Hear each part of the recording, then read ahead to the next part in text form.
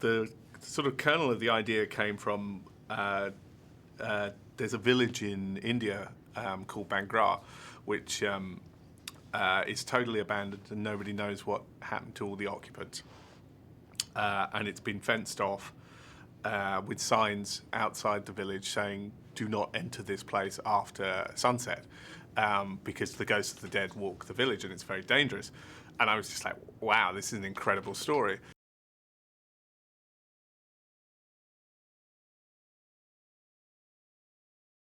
You know, I love ghost stories and I'm obsessed with, I think, going places you shouldn't do. You know, it's the Bluebeard's cupboard, don't open that door, or, you know, even like gremlins, don't feed the don't feed the gremlin. And it just, the whole thing sort of thing came together.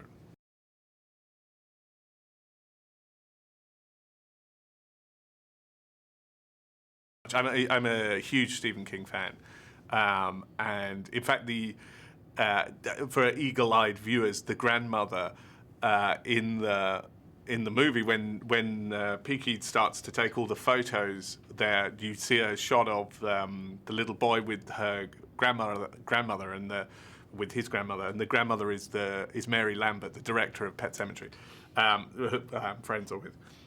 Yeah, I'm a huge fan of the film and the book, and just Stephen King in general. And yeah, it was fun to me to bring you know, those themes to India.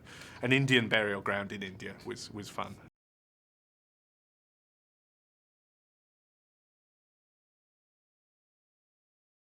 The whole Indian thing was really good. Like, horror is,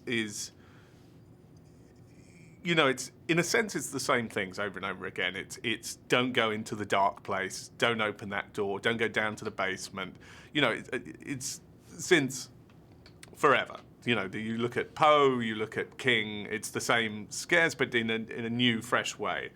And that was the great thing about India, is a bit like with when all the Japanese horror movies and Korean horror movies came over sort of 15 years ago, 10, 15 years ago, suddenly you believed that a videotape could, you know, like a woman could come out of the TV. I remember the first time I saw that, I was like, oh, she's coming out of the TV, and I was like, whoa.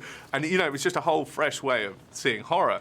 And I thought that was brilliant for me with India. It's like, this hasn't been explored, and a Western audience will suspend their disbelief in a different way than they would if we had shot this in you know, Cleveland or you know, LA, or you know, whatever. So it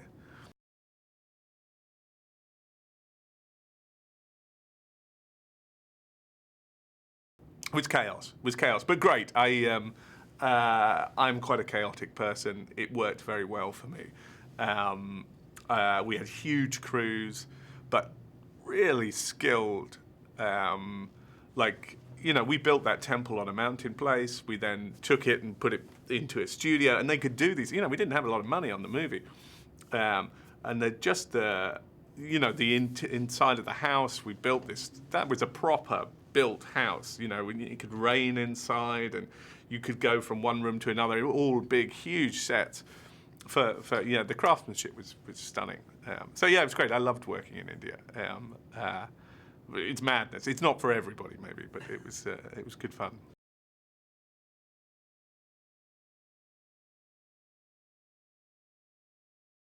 I was very lucky, you know, which is just a roll of the dice, really. But was very lucky with Sarah as a lead actress, because she just, there was no divaness to it. She just got in there. So we got into the slums.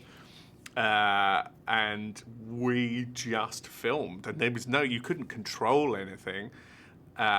You just had to go with it, and it was amazing.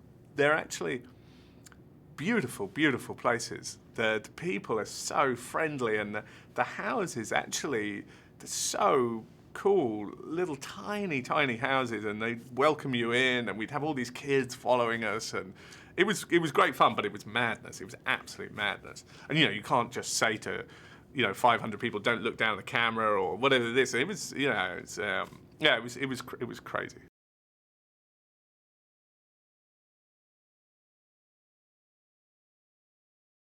I'd been a fan of Sarah from The Walking Dead, and just felt she encapsulated the sort of everyday mother ness of the role. And then we chatted. She had just had she had two children and just had her second one when at the beginning of the film. So she really understood the darkness of the story, and she really took it. I mean, the movie's much darker than I had thought it was going to be. I started this movie to make a ghost story and to make Pet Sematary. I really love Pet Sematary, and I was like, oh, this is great. This is good fun, to do this. And I think once Sarah came on board, we just took it into a really dark place at times. And yeah, she was great. She just, we were at times she was having to change costume in the middle of a field with cows around her. She was getting ash smeared into her face. She got very ill. Like, you can actually see in some shots, she's getting thinner as the movie goes, and then it was she went through hell on that. But we had good fun.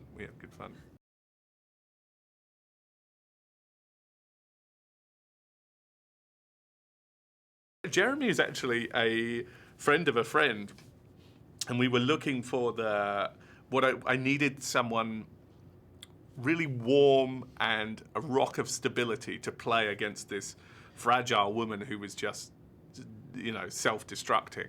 And he was just the perfect kind of, you just feel there's a stability there, and he really brings that across, and he's desperately trying to keep this family together.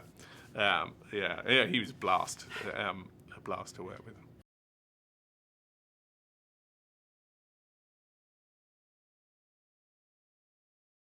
I don't know is the answer. Sometimes it's sort of, I think it was a great story. I wrote it. It was a great story. But I really loved the story, and I think that both Jeremy and Sarah really, and Sophia, the little girl, really sort of invested themselves in this to such a degree that it just became real. We lived this. We were all away from home, and we were just living this world in Mumbai. And it took on a world of its own, and it just became really dark. And then obviously using Javier as the creature before, and I mean, he does some crazy stuff, and it was just terrifying to watch what he could do with his hands and his legs, and it was. So I didn't really have to do too much there. I just pointed the camera at him, and it was scary. I mean, that having him walk around with the whole thing in the slums, people would be like, what's going on here? You'd be just like, hello, this 7 foot tall guy with multiple limbs. But yeah, it's just, I think you can't scare people unless they're emotionally invested, and I would like to think that people get emotionally invested in this movie, and that terrifies them.